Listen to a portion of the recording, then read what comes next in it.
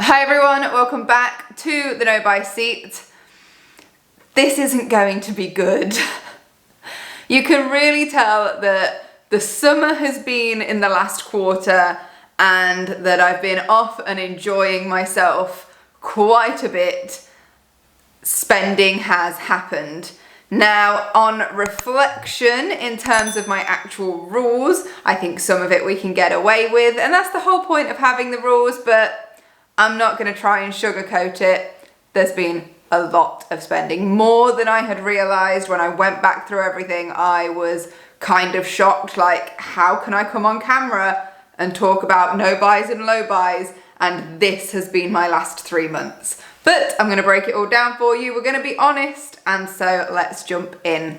I think this time we will start with the no buy stuff, because I think we should first assess where the rule breaks are. So the first thing that was on my red column was decorative household items. And there has been one rule break. I bought, I guess what you'd even class as a souvenir item, only not in the traditional sense that you would expect, that doubles up as a decorative item. What I mean by that is this. So I went to a glassworks when I was down in Torquay, and if you've seen my recent Clean With Me video, you've probably now got a good idea of what my house looks like since it's basically changed. And I've got a cabinet in my living room that belonged to my grandfather. It passed down to his daughter, my auntie, and now I've got it. And it was empty, and I saw this and I just thought it would be an absolute perfect fit to go on there. But I also thought, you know, I had such a great time down in Torquay. It was a really special time for me for many reasons that I won't go into now. And it was just nice to have something from there that I could look at and that would sort of signify the memories of that place. So I'm not regretful about this purchase, and I don't see it as a typical sort of tacky souvenir that I would end up regretting. Like when I think about how I started collecting mugs and then regretted that because then I felt like that was something I had to continue, otherwise I just had a few random mugs. It's not like, I don't know, fridge magnets or something. It's not something I feel like I'm going to have to keep collecting lots of wherever I go. It's just this one singular item and I really do love it. And so I'm not feeling too bad about it, but I know it's a rule break. It's not something I really foresaw happening. So that's the first thing. That cost me £27, and honestly, the guys that worked there, it was a very small business, a local business down there that's been established there for years. I didn't feel bad about giving to a small business, and as I said, I loved what I got out of it. The next thing on the red list was gym clothes, shoes or bags. Absolutely fine, 0 purchases there. The next thing after that is books. Again, absolutely fine, 0 purchases there. After that is jewellery, absolutely fine, 0 purchases there. Like, we are on a roll. So when I think I have spent a lot, it doesn't seem to be in the areas that I said. We then have beauty appointments, art supplies, stationery, and media, all 0.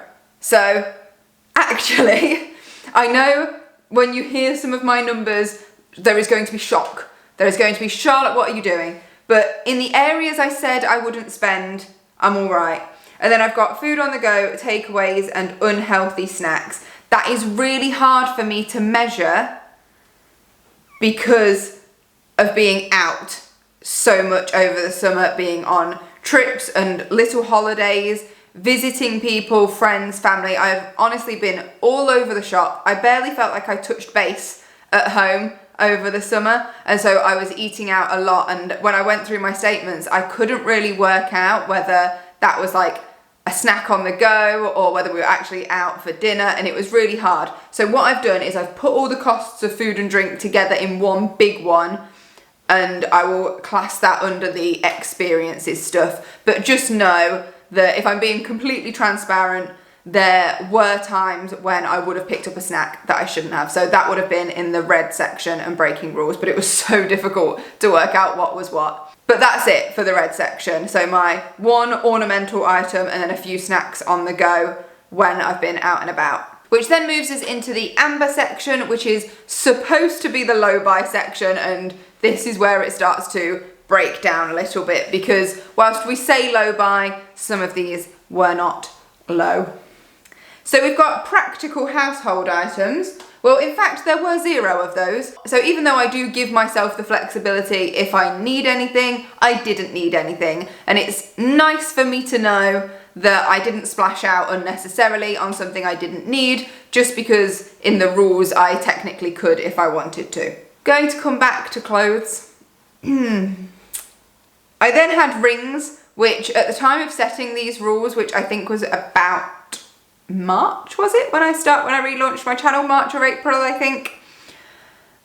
I treated myself to some rings. I am happy with the ones I've got, so I've not needed to buy any more. I think that would be a bit excessive because I bought myself a few then, so I'm covered. So there was nothing there. Makeup and beauty was one where I spent. I actually spent £163.97, which feels like a lot, so let me break it down. I spent £89 at Glossier when I was in London, topping up products that I needed. There were no experimental products in that. It was all just simply replacing items that I needed. I think, if I remember correctly, it was my Body Hero Mist, because I'd run out of that, which is essentially my one and only sort of body moisturizer that I like to use when getting out of the shower, so it's my alternative to that.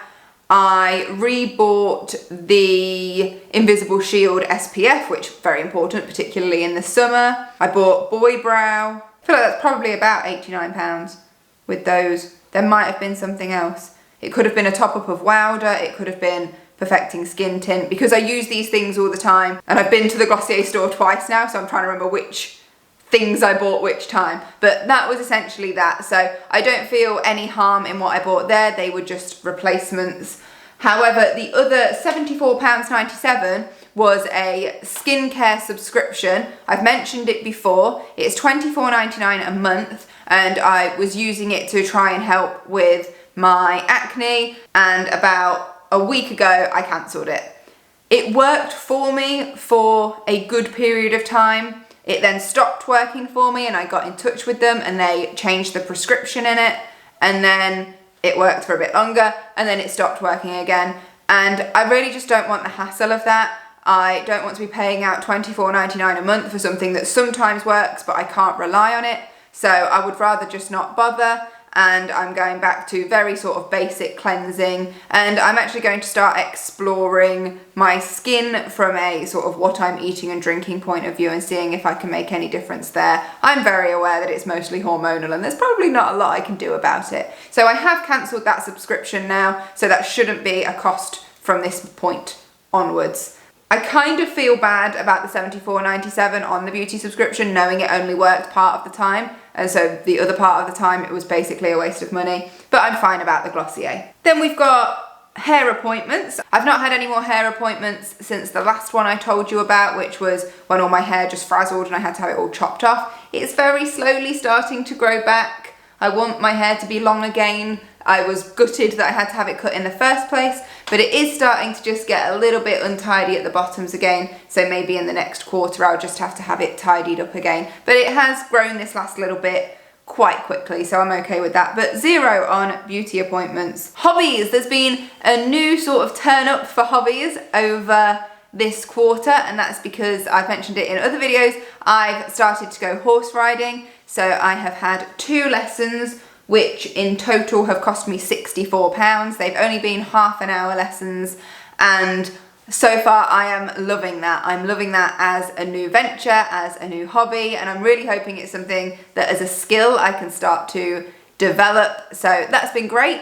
I'm not going every week or every fortnight. I'm going with my mum, and we've decided if we can go every 2 to 4 weeks, that will be quite nice. It's not going to be enough for me to get really, really good really quickly, but from a financial point of view, having the time to do it, and sort of really just doing it for the enjoyment more than anything, we feel like that is about right for us. I did also get the opportunity to go clay pigeon shooting a few more times over the summer, but I was very lucky in that I went with people that paid for everything for me, which is nice. And it's one of those things where when you see the cost of my food and drink especially over this time. With the people I go out with, it's generally like we will joint pay for things together. So if they pay for the activity, I'll pay for dinner or something like that. So it might be that my expenses in hobbies or certain areas are lower, but then my food and drink is higher because I paid for not only my food but other people's as well. So that is just something to bear in mind. Next up is gifts. I always allow myself a bit of money to spend on gifts. I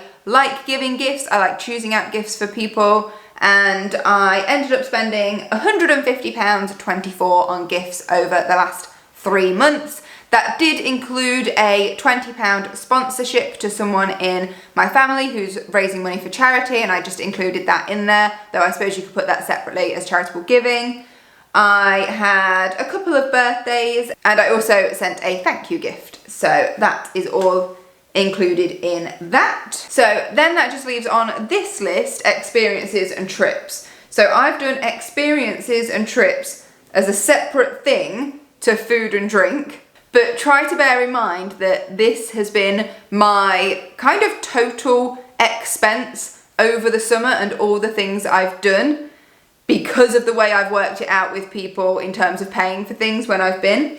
So a lot of people would have spent, I imagine, a lot more on their sort of main summer holiday. So I don't think I've done too badly. Then we've still got clothes to discuss. But before I talk about those, there are 2 other things I want to mention that I had expenses in. One of those was my annual gym membership, which was £384, which I knew was coming up, so I was already prepared for. And then the other thing was just a flu jab, which was £20. I always have that every year. I go privately and have that done, and so that was just another expense there. So let's talk experiences. The first trip I took in the summer was a 3-day trip to London. Included in that was the hotel, which cost £220, and that was one of the biggest expenses of this entire quarter. I had already paid for my theatre tickets up front, so I counted that in last quarter's video, so I don't have to include that. And then everything else I paid for essentially was food as a contribution to someone paying for activities, me paying for food. I don't know why I always end up paying for food. Strange. And then we did a bit of shopping as well. I also went down to Torquay, and I was very lucky in that the people I went with paid for all of my accommodation and all of my travel, which was so lovely. So all I had to do was pay for my food, and then I also paid for a few meals or drinks or coffees for them as we went along, just as a gesture and as a contribution to that as well. But that's all in the food and drink section. After my trip to London, I went to the spa with someone, and I actually paid for both of us to go, just as sort of a nice treat for them. And that for both of us was £278. So that was a bigger expense, but that was for 2 people. It included 3-course lunch, access to all the spa facilities and everything, and it was honestly such a lovely, lovely time. I cannot wait to go again. I've not got anything booked in, but I definitely will at some point. Another expense I've paid in this quarter, but won't be going to until next quarter, is for a friend's hen weekend. And that includes hotels and experiences, and that was £152.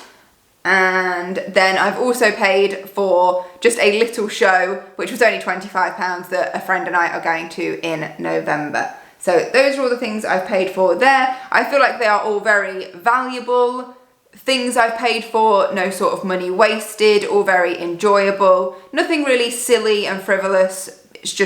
It's been a time where I've had a bit of time off work and I've enjoyed it, and I've gone out and done a few things. And altogether, those things combined came to £675. Whilst I'm on this sort of thread, there's also travel and transport to consider. So things like paying for tubes whilst I was in London, and any times I have actually had to pay for parking, because I've been trying to find free parking or cheaper parking where I can. And again, I'm very often the designated driver in just about every scenario. So again, it's the sort of thing where if I've driven, it's usually whoever I've gone with will offer to pay for parking. So I've got out of paying parking quite a bit. And for all of my travel and transport, that cost £23.15. As I said in my last video, it is so hard to quantify petrol. So obviously there's a big expense there, but it's difficult to know what is just my normal sort of travel costs, petrol costs, and what is additional to that because I'm going to more places and going out and about. So I always kind of just give myself petrol as a freebie. We've then got food and drink, and when I look at this, I actually don't think it's too bad because this includes my trip to London and my trip to Torquay and other times where I've just been out with friends and having a good time. This has also included some contributions to buying other people's food as well as my own, and over the 3-month period I spent £291.60. So for a time spent, you know, on holidays where usually you'd end up spending quite a bit of money, I don't think that's too bad. That's less than £100 a month on sort of eating out over sort of the most active social period for myself, I would say. So I'm not actually feeling too bad about any of that. It's only when we get to clothes and I see the number and I can't believe it. So, and I know I've not bought a lot, and I know it's because I've been buying higher quality items, and to do that they cost more. So in the last quarter I bought 2 more jumpers. I already had 2, I bought 2 more. I bought a really nice blazer that I've had my eye on for so long, and between the store itself having a sale and then me also having a stackable 20% off, I think it was 20% off, I got it for below half price, which again, it wasn't cheap as a single item, but it is stunning and I love it. I bought a new pair of slippers because mine were just years old and had seen much better days, and I thought, I'm sure I can treat myself to a pair of slippers. I bought a belt and I bought myself like a polo t-shirt. But those, how many items was that? Potentially 6 items I think I just listed. And in the last 3 months, I spent £478.42 on clothes. And I don't know how I feel about it. It seems like such a big number, but I don't actually regret a single one of those purchases. I've already, in such a short space of time, got so much use out of them. And I know all the products I bought are of higher quality. They will last longer. They are already wearing and washing really well. They coordinate in so many different ways in my capsule wardrobe. I don't think I feel badly about it. I think I'm just shocked that the number is so big, but deep down I understand why it's so big. It's not like I've been on a big spending spree and bought like 20, 30 items unnecessarily that I don't need, that I don't wear, and that it's just a waste of money. It is genuinely just 6 nice high quality items for my capsule wardrobe. It just feels really expensive. And that's it. That's all of my non-essential spending for the previous 3 months. And well, you've heard the numbers now. So being as transparent as I can, you can see that sometimes the whole no buy, low buy concept doesn't always go according to plan. I'm very proud that I continue to have a lot of zeros spent in so many areas. I am just aware that I'm spending a lot in certain areas, but they are all areas I enjoy, and I do always say you've got to enjoy your money a little bit, otherwise what's the point in us all going to work and working hard? I'm still paying my bills as my first priority. I'm still making my £700 a month savings as my second priority before any of this slightly chaotic spending is taking place. So all in all, I think I can forgive myself a little bit, but maybe just be aware of some of those big numbers. It should start to quieten down now I'm back at work. Obviously we'll see the cost of gifts go up quite a bit because Christmas is on the way, but the experiences and travel sort of stuff should definitely come down a bit now. I hope you enjoyed this update. Let me know, for those of you that are doing your own no buys and low buys, how you're going. I always love to hear about them in the comments. If you enjoyed the video, please do give it a thumbs up. If you're not yet subscribed, you can do so by clicking this picture here. And if you're sticking around to watch another video, I will leave one just here that I think you might enjoy. I'll see you again soon in another video. Until then, take care. Bye.